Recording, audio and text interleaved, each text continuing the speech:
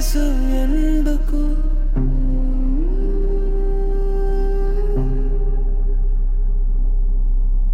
నిన్ను కలవని దేహం ఎందుకు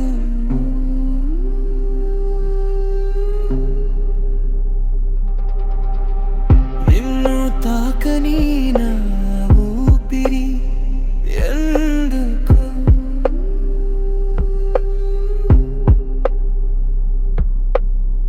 నిన్ను చూడని నా కన్ను ఎందుకు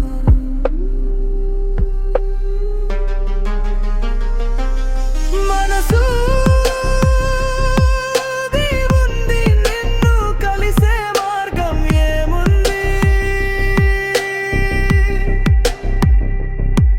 ప్రేమ నువ్వు కావాలి అని ఆశ కలిగింది